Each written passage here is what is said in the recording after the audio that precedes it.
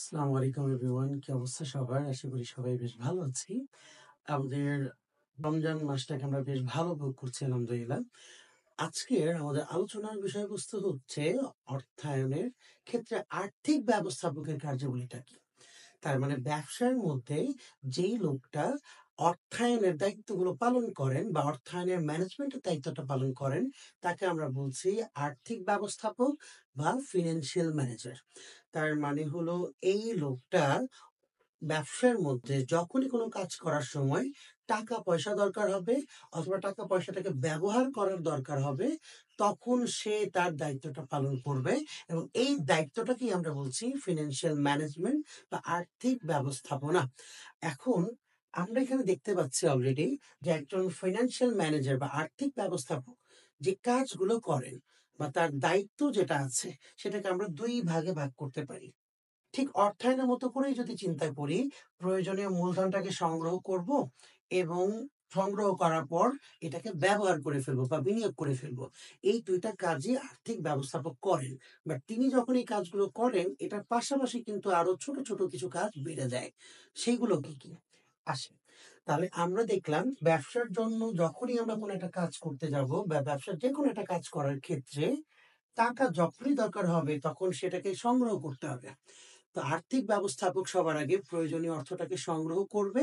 কিন্তু সংগ্রহ করার সময় একটা কোশ্চেন আসে, টাকাটাকে কোথা থেকে সংগ্রহ করবে?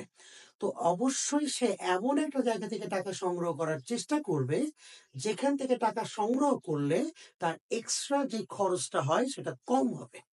আবার যদি বলি, আমি যেই জায়গাগুলোতে টাকাটাকে সংগ্রহ করব, সেই জায়গাটাকে আমরা বলছি অর্থায়নের উৎস। বাট এমন একটা জায়গা থেকেই টাকাটাকে সংগ্রহ করব, যেখান থেকে টাকা সংগ্রহ করলে আমার খরচটা কম হবে। এই খরচটাকে আমরা বলছি মূলধন ব্যয়। কিন্তু কেন মূলধন ব্যয় বলছি? ফর এক্সাম্পল, আমি ব্যবসা করার জন্য বা ব্যবসা কোনো একটা কাজ করার জন্য ১০,০০,০০০ টাকা প্রয়োজন, যেটা আমি একটা ব্যাংক থেকে কালেক্ট করব বা ধার নিব। এখন ব্যাংক যখন আমাকে টাকা ধার দিবে, সে কিন্তু আমাকে বলবে যে আপনাকে এর জন্য এত পার্সেন্ট সুদ দেওয়া লাগবে। তাহলে কোন একটা পার্সেন্টেজ আমাকে সুদ দেয়া লাগবে। এই সুদটাকেই আমি বলছি মূলধন ব্যয়। কারণ মূলধন সংগ্রহ করার জন্যই তো এই ব্যয়টা আমি করছি। তাহলে মূলধন ব্যয় বলতে আমরা বুঝি মূলধন সংগ্রহ করার জন্য যে ব্যয়টা হবে, তাকে আমরা বলছি মূলধন ব্যয়।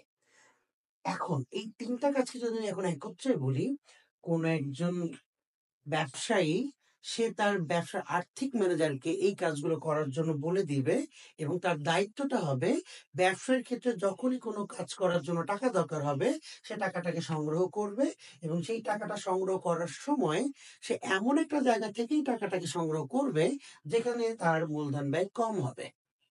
এবং এই ৩ টা কাজ করারকেই আমরা বলছি আয় সিদ্ধান্ত বা অর্থায়ন সিদ্ধান্ত। তার মানে আর্থিক ব্যবস্থাপক যখন এই কাজগুলোকে ঠিকভাবে করেন, তখন তার দায়িত্বটা বা তার সিদ্ধান্তটার নাম হয়ে যায় আয় সিদ্ধান্ত বা অর্থায়ন সিদ্ধান্ত। ঠিক এর পরপরই ওই যে মূলধনটাকে সে সংগ্রহ করলো, সেই টাকাটাকে কিন্তু সে এখন বিনিয়োগ করবে। কিন্তু যখনই সে টাকাটাকে বিনিয়োগ করবে বা ব্যবহার করবে, সে কিন্তু ডিসাইড করবে কোন জায়গায় টাকাটাকে বিনিয়োগ করলে ভালো হয়। তার মানে আমি যখনই প্রয়োজনীয় টাকাটাকে বিনিয়োগ করব বা ব্যবহার করব, তার আগে ডিসাইড করব যে কোথায় টাকাটাকে বিনিয়োগ করলে ভালো হয়। অবশ্যই আমি এমন একটা জায়গায় টাকাটা বিনিয়োগ করার চেষ্টা করব, যেখানে টাকাটাকে বিনিয়োগ করলে আমার প্রফিট বেশি হবে। এই যে আমি কাজগুলো করলাম, টাকাটাকে বিনিয়োগ করলাম, বিনিয়োগ করার আগে ক্ষেত্রটা নির্বাচন করলাম, তারপরে এমন একটা জায়গায় বিনিয়োগ করলাম যেখানে মুনাফাটা বেশি হলো। এই টোটাল কাজটাকে আমরা বলতে পারি তার একটা সিদ্ধান্ত, আর্থিক ব্যবস্থাপকের একটা সিদ্ধান্ত, যে সিদ্ধান্তটাকে আমরা বলতে পারি ব্যয় সিদ্ধান্ত বা বিনিয়োগ সিদ্ধান্ত। তার মানে একজন আর্থিক ব্যবস্থাপক ২ টি কাজ করেন, মানে ২ ধরনের সিদ্ধান্ত নিয়ে থাকেন। একটি হচ্ছে ব্যবসায় টাকা কিভাবে আসবে, আরেকটি হচ্ছে ব্যবসায় থেকে কিভাবে টাকাটা চলে যাবে। এই ২ টা কাজকে আমরা বলি আয় সিদ্ধান্ত বা ব্যয় সিদ্ধান্ত, অর্থায়ন সিদ্ধান্ত বা বিনিয়োগ সিদ্ধান্ত। এখন কোশ্চেন হলো, এই ২ টা সিদ্ধান্তের মধ্যে কোন কাজটা বেশি গুরুত্বপূর্ণ বা কোন সিদ্ধান্ত নেয়াটা খুব বেশি জরুরি? ২ টার মধ্যে কোনটি বেশি ইম্পোর্টেন্ট?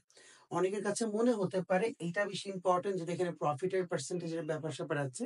বাট এইটার চাইতে বেশি গুরুত্বপূর্ণ হলো এই পয়েন্টটা। এই পয়েন্টটা বেশি গুরুত্ব। কেন? আমার কাছে যদি টাকা নাই থাকে তাহলে আমি টাকা বিনিয়োগ করব কিভাবে? তার মানে টাকা থাকাটা প্রয়োজন আগে। তারপরে আমি বিনিয়োগ করতে পারবো। টাকা না থাকলে আমি বিনিয়োগ করব কিভাবে? তার মানে আগে আমার কাছে টাকা আসতে হবে, তারপরে টাকাটাকে আমি ব্যবহার করতে পারবো বা বিনিয়োগ করতে পারবো। তো এই আলোচনায় আমরা বুঝতে পারি আর্থিক ব্যবস্থাপকের কাজ হচ্ছে ২ টি।